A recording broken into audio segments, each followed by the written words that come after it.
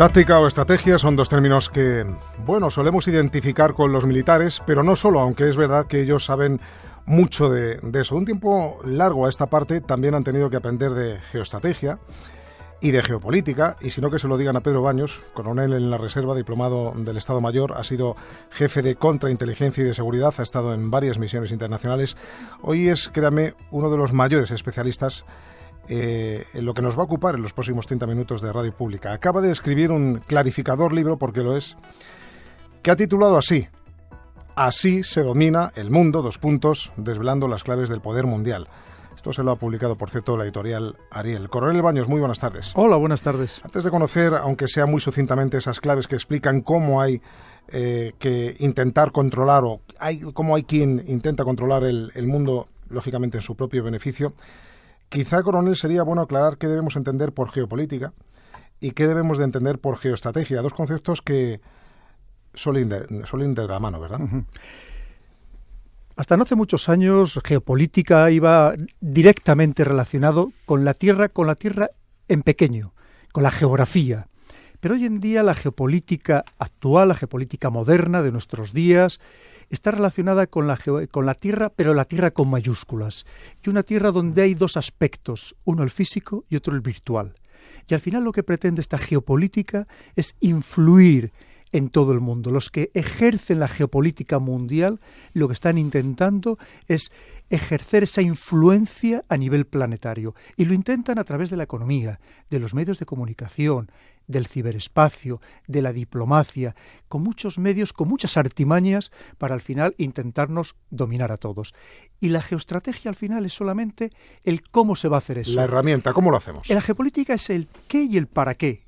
Y la herramienta es la geopolítica, la geoestrategia. Es decir, que definir una geoestrategia teniendo clara la geopolítica no es otra cosa que las dos herramientas fundamentales para intentar influir, evitando al mismo tiempo ser influidos, porque esa es otra. Esa es la clave. Hoy en día estamos viendo, y lo estamos viviendo incluso en nuestro país, cómo se intenta influir y cómo se intenta una contranarrativa para evitar esa influencia. Y eso está funcionando, como digo, en todo el planeta, en todos los escenarios. También, por supuesto, a través de los medios de comunicación, no solamente de las redes sociales y de Internet. La manipulación a la que estamos sometidos es constante, desde que nos levantamos hasta que nos acostamos. Muchas veces los medios de comunicación no son directamente responsables, porque lamentablemente lo que ha perdido esta inmediatez de la noticia, estos breaking news, lo que ha perdido es el análisis, la profundidad, el conocer el porqué de las cosas. Como digo, muchas veces esa manipulación los medios de comunicación la ejercen incluso de una manera inconsciente. Luego hablaremos, coronel, de la tecnología que ha venido para quedarse y que efectivamente, ha dicho usted ya algo a modo de avance, está cambiando muchas cosas, sí, pero ¿hay principios geopolíticos y geoestratégicos inmutables por más que evolucionen las sociedades, los países, el mundo en general? Existen. A lo largo del libro se me ocurrió, inventé 27 geoestrategias que las denomino inmutables. Uh-huh. Comencé los orígenes más documentados de la historia, sobre todo la guerra del Peloponeso, que para eso nos la cuenta perfectamente bien Tucídides, y cómo a lo largo de la historia hay una traslación en el tiempo que se mantiene eterna, inmutable, invariable. Estamos hablando de la importancia de la economía. Todas las guerras, todos los conflictos tienen un trasfondo económico. Puede ser el prioritario o puede ser más secundario, pero todas tienen un trasfondo económico. Todas vemos cómo han intentado, obviamente, engañar al adversario. La guerra es el paradigma del engaño, de la artimaña, del artificio. Eso siempre ha sido así, no es nuevo. Y precisamente lo que pretendo es, haciendo esa traslación en el tiempo, demostrar que si estas geoestrategias se han empleado durante siglos y se siguen empleando actualmente, porque para eso pongo ejemplos actuales que todo el mundo ve todos los días en los telediarios, hoy en día, ¿por qué no se van a seguir aplicando durante los próximos siglos? Porque al final, Miguel Ángel, hay una cosa que es eterna, que son las pasiones del hombre. Y como pongo al final, precisamente lo que digo, los pecados capitales de la geopolítica, cómo el hombre, ese afán de poder, de dominar a los demás, de decidir por los demás lo que tienen que hacer. El hombre es un lobo para el hombre. Correcto. Y por más que la digitalización, la robotización parezca que nos está inundando nuestras vidas, siempre habrá alguien que intente manejar esa robotización, esa digitalización en su propio beneficio para influirnos. Hablaba usted de guerras que son consustanciales, efectivamente, a la historia de toda la humanidad, pero el paso previo a una guerra es la diplomacia. Uh-huh. Si falla, esto termina siendo efectivamente una guerra. ¿Qué tanto de peso específico en todo esto que tiene que ver con la geoestrategia y con la geopolítica tiene la diplomacia? Muchísimo. No lo he puesto en el libro porque me extendí tanto que tuve que quitar medio libro, literalmente, que si Dios quisiera que funcionara, habría una segunda parte del libro. Muy aconsejable. Entre otras cosas, en esa segunda parte hablo totalmente sola. Bueno, uno de los aspectos es, porque al final es con qué instrumento se ejerce este poder mundial. Y uno de ellos, sin lugar a dudas, es la diplomacia. Y un aspecto de la diplomacia hoy en día muy importante, que es la diplomacia digital. También ha evolucionado. Mire, Miguel Ángel, hoy en día muchos historiadores acusan a la diplomacia de entrar en la Primera Guerra Mundial. Se considera que fue un error claramente diplomático. Incluso tengo un libro escrito por von Bullock, el príncipe von Bullock, poco después de la Primera Guerra Mundial. Él era diplomático y que claramente así ya lo manifestaba. La diplomacia es esencial, tener un buen servicio diplomático. Y cuando digo un buen servicio diplomático, digo que no esté politizado, que de verdad sirva a los intereses del Estado de manera permanente, con indiferencia de quién esté en el gobierno. Del Estado, no del gobierno. Del Estado con indiferencia. Y hay algunos países que nos llevan siglos de ventaja en ese campo. Por ejemplo, ¿quiénes? Francia. Francia tiene una diplomacia tradicional extraordinaria.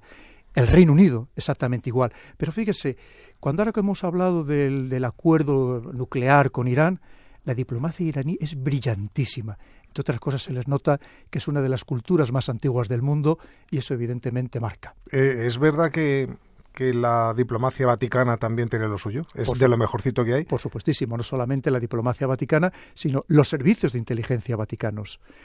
Hay que tener en cuenta que estamos hablando que allí donde existe un sacerdote es una fuente de información, y una fuente de información privilegiada porque sabe muchas cosas que el resto de los mortales no sabemos. No se trata de reventar el contenido de su último libro, coronel, pero sí de avanzar, por ejemplo, que usted viene a desplegar unas cuantas formas de geoestrategia, efectivamente, por lo menos los instrumentos que están al alcance y que bien utilizados pueden dar muy buenos frutos. Por ejemplo, el amor, algo decía usted antes, por ejemplo, el terror, uh-huh. Por ejemplo, el convencimiento. Uh-huh. Explíqueme todo eso. Sí, lo mismo que las personas, los países exactamente igual, o los pueblos, mejor dicho, más que los países, los pueblos, no todos reaccionan bajo las mismas presiones. Hay algunos que reaccionan por el amor, otros por el temor y otros por el convencimiento y normalmente por una mezcla de estos tres elementos. Sobre todo esto hay que relacionarlo con la idiosincrasia de los pueblos, algo que muchas veces no podemos entender. Nosotros los occidentales, este grupo de personas que en su versión más amplia somos unos 900 millones de personas, uh-huh. Pensamos que todo el mundo tiene que pensar como nosotros y estamos tremendamente equivocados.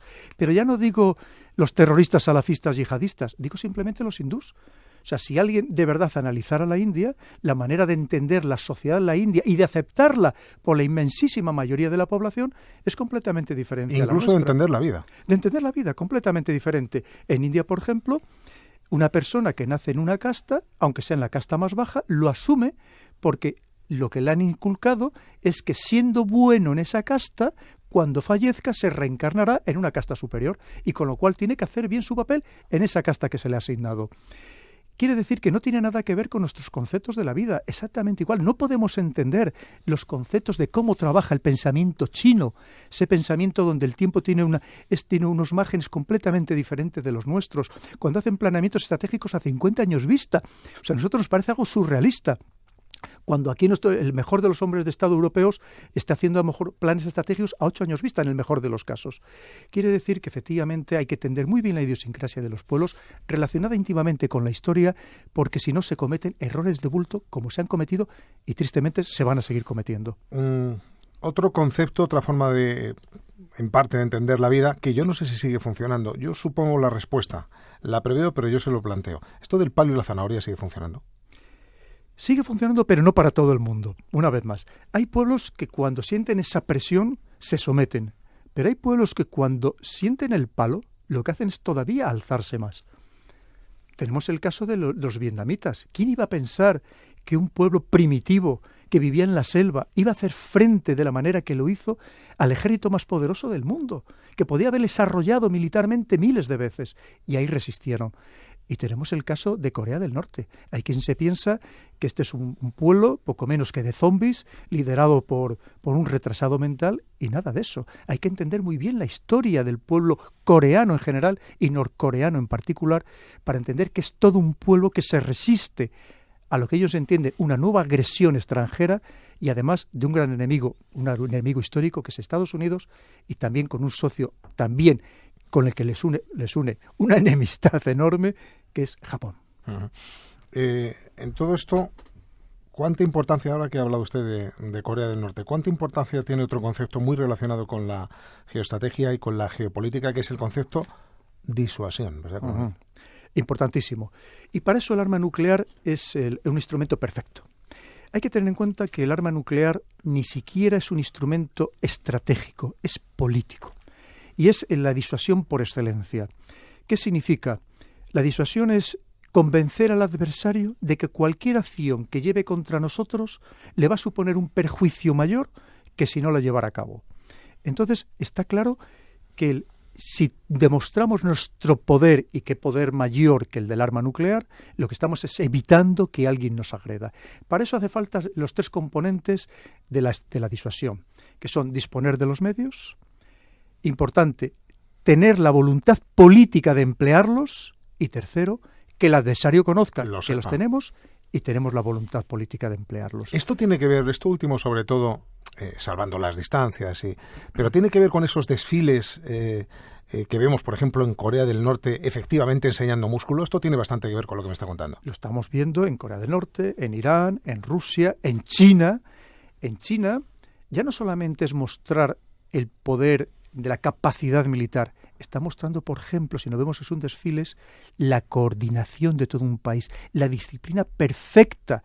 Allí no hay un brazo que se levante, un dedo que se levante un milímetro por encima de los mensajes otros. No tan subliminales, ¿verdad? En absoluto, porque eso está recalcando la voluntad de todo un pueblo para enfrentarse a cualquier amenaza que pretenda agredirles. Con 766 bases en el exterior, con presencia en 40 países, me imagino que Estados Unidos es el país del mundo con más capacidad disuasoria. Estamos hablando de 200.000 efectivos por todo el mundo. Estamos hablando de que de una manera u otra ocupan 275.000 hectáreas de territorio extranjero. Es el país con más capacidad de disuasión, ¿verdad, coronel? Sí.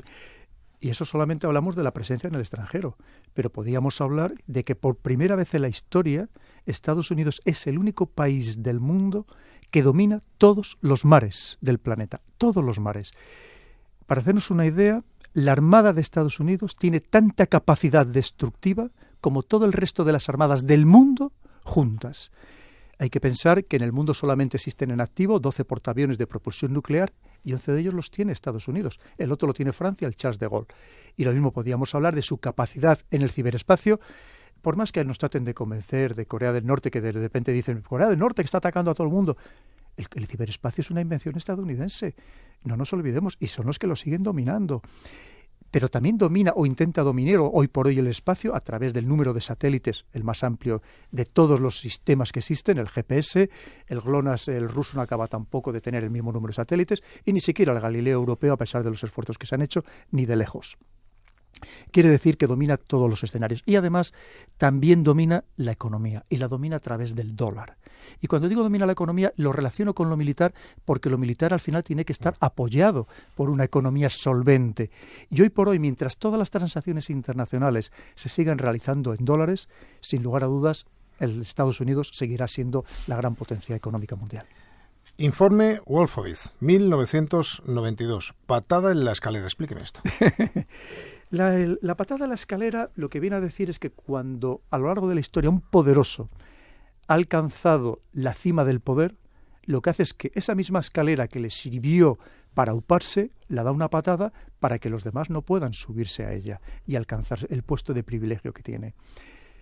Esto es el puesto que tiene Estados Unidos. ¿Y quién está intentando trepar por esa escalera, intentando que le den la patada y la tiren? Pues en el aspecto económico y también militar, pero sobre todo económico, principalmente China, y en el aspecto más militar que económico, Rusia. Y esos son los países ante una potencia que hemos visto, acabamos de comentar, todavía muy potente, la dominante en el mundo, pero decadente, como suele pasar con todas las potencias, antes o después, y que ve como hay otras dos potencias principalmente que cada vez son más poderosas. Y sobre todo el caso de China asusta enormemente a Estados Unidos, enormemente, por población, por la capacidad de mejorar todo lo que copian. No serán muy creativos, pero copiando y mejorando son los mejores del mundo. Y además, por su capacidad nuclear, y también porque se está rearmando, y además rearmando con medios que se consideran ofensivos, como son portaaviones, ya va a construir su segundo portaaviones, y además infantería de marina, que son instrumentos que dentro del concepto de las Fuerzas Armadas se consideran claramente ofensivos. Y en todo esto, ¿la Unión Europea qué lugar ocupa, si es que geopolítica, geoestratégicamente, entiendo que sí, ocupa algún lugar? Ocupa un lugar... Estoy hablando de nuestro peso, coronel. Cada vez menor, claramente.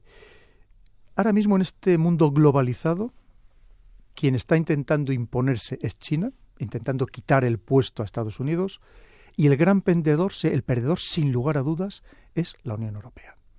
Nosotros estamos en franco retroceso. China está comprando a la Unión Europea, a los países europeos, algunos de sus principales sectores estratégicos. Podemos mencionar casos muy llamativos. En Italia ha comprado Pirelli. O sea, que algo que parecía que era imposible, que es que Italia vendiera Pirelli, que parece que es una de las marcas italianas por excelencia, casi una representación del país. Pero Portugal se está vendiendo a precio de saldo. En Grecia le ha vendido por 35 años el Pireo, el puerto del Pireo, que de momento de manera civil solamente, para uso civil, pero mañana la podría emplear exactamente igual para un uso militar. Quiere decir que mientras tanto Europa, el gran problema que tenemos es que como somos cada vez menos competitivos, y no solamente somos menos competitivos, sino que además no podemos vender todo aquello que seríamos capaces de producir. Y eso a la larga genera un retroceso. Y mientras tanto, China cada vez nos vende más cosas. Muy poca gente sabe, a pesar de todo, que desde hace ya casi 3 años, todas las semanas llegan varios trenes directamente desde China hasta Madrid, cargados de mercancías, y en cambio solamente sale de regreso un tren cada 15 días prácticamente vacío. Esto de que cuanto peor, mejor es verdad que hay terceros países o intereses en terceros países que está interfiriendo en la política interna, está ingiriendo. Estoy pensando, por ejemplo, en toda esta comisión que se está desarrollando en Estados Unidos y en la que se han sentado a los máximos responsables de Twitter, de Google, de Facebook, y digo, en una comisión del Senado norteamericano, donde se le ha preguntado por la posibilidad de que desde Rusia, no digo Rusia, desde Rusia, se ha intentado interferir esas últimas presidenciales en favor de Trump, en detrimento de Hillary Clinton, que al final terminó perdiendo. Por cierto, una comisión en la que también ha salido a colación el concepto territorial español en general y el catalán en particular. Uh-huh. La injerencia o la interferencia en los procesos electorales es un clásico, no es de ahora. Todo el mundo, todas las grandes potencias intentan que quien esté en el gobierno les sea favorable. Podemos poner el caso en Argentina, un país riquísimo, donde se estima que puede tener grandes cantidades de hidrocarburos procedentes del sistema de fractura hidráulica, del fracking. Se había volcado con el gobierno de la señora Kirchner, se había volcado con Rusia. En el momento que ha llegado Macri, le ha dado la vuelta y se ha volcado otra vez con Estados Unidos. A todos los países les interesa tener a alguien favorable a sus fines geopolíticos y geoeconómicos. Aquí nos preocupaba mucho que Rusia pudiera estar influyendo en las elecciones en Francia, y en cambio nos hizo mucha gracia que el señor Obama llamara al señor Macron para animarle a ganar las elecciones. Todo el mundo intenta hacer exactamente lo mismo. Evidentemente aquí hay muchas cosas en juego. Hay intereses geopolíticos e intereses geoideológicos. Por un lado están el nuevo conservadurismo que propugna el señor Trump y el señor Putin, y por otro lado están los ultraliberales, liderados en algunos casos por multimillonarios, como es el caso de George Soros, que también ha influido en Ucrania, y tanto es así que está influyendo, que Hungría, su país de nacimiento, su país de origen, le ha considerado hombre no grato y la ha postergado completamente de ese país, porque considera que está interfiriendo dentro del país. Eso lo intentan todos los grandes grupos de poder. Como digo, hay muchos intereses. No solamente hay una persona que domina el mundo, hay muchos que intentan dominarlo a través de la cultura, de la ideología, de la manipulación, de la guerra psicológica, de muchas formas. Es decir, que lo que no ha cambiado mucho son los objetivos finales, que es efectivamente interferir en beneficio propio, pero lo que sí entiendo que está cambiando, sobre todo de un tiempo a esta parte, es la herramienta o las herramientas para intentar hacerlo. La tecnología. Claro. Coronel Baños, ¿cómo está influyendo en todo esto que me está usted contando? Miguel Ángel, nosotros vivimos en dos mundos paralelos. Uno es el mundo físico real y otro es el virtual.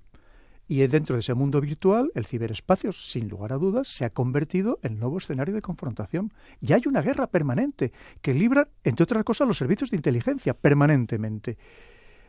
Con lo cual, cada uno trata de influir dentro de ese espacio de confrontación con los medios que tiene a su alcance.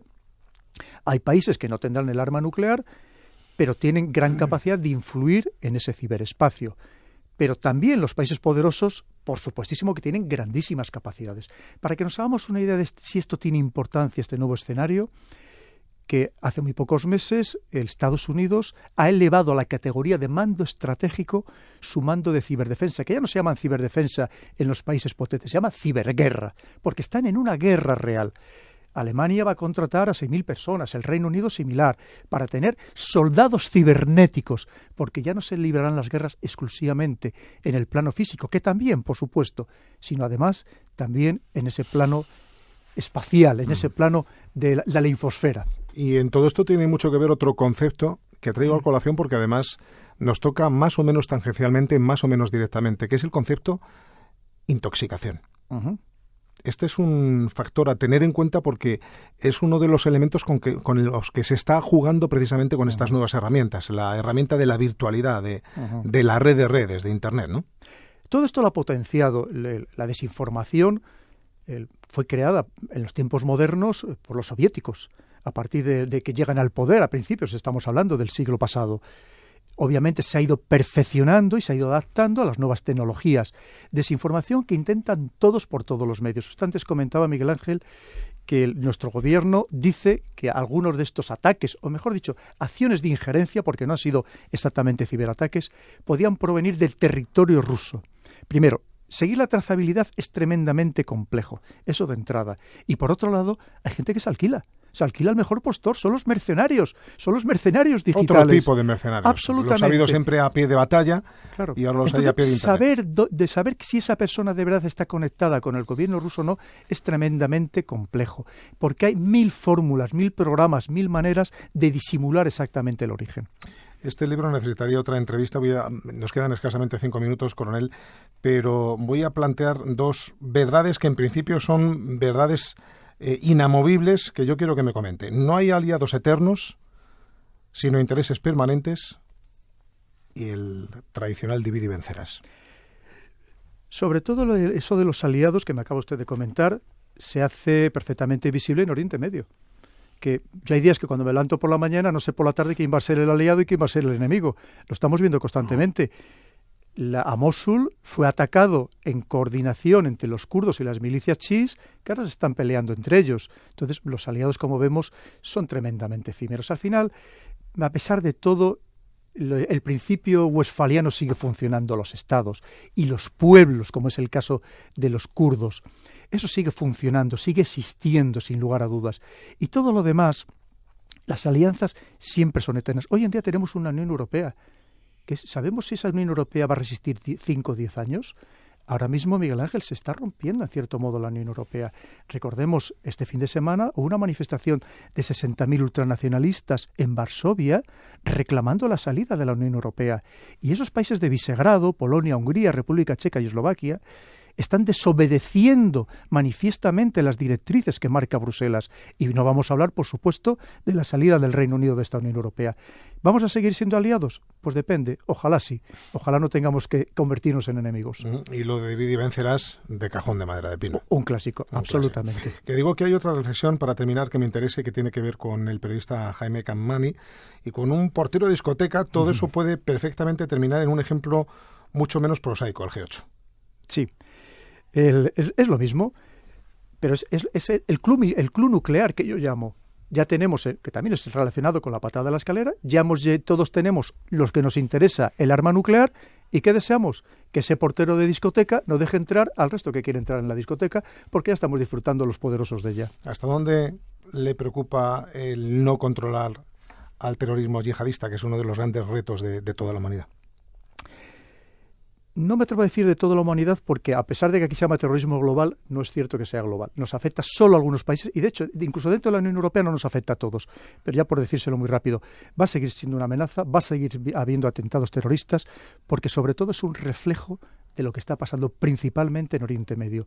Y la situación en Oriente Medio dista mucho de estar solucionada. ¿Estamos en guerra con ellos? El concepto guerra que utilizó el presidente Hollande, el expresidente francés Hollande, después de encajar aquellos atentados en París, ¿es correcto? ¿Hay que afrontarlo así? A mí no me gusta decir que estamos en guerra con ellos porque le estamos dando una relevancia que no deberían tener, pero lo cierto es que ellos están en guerra con nosotros. Uh-huh. Bueno, pues ha pedido un tema de John Lennon para terminar esta larga entrevista en la radio pública del Coronel Baños.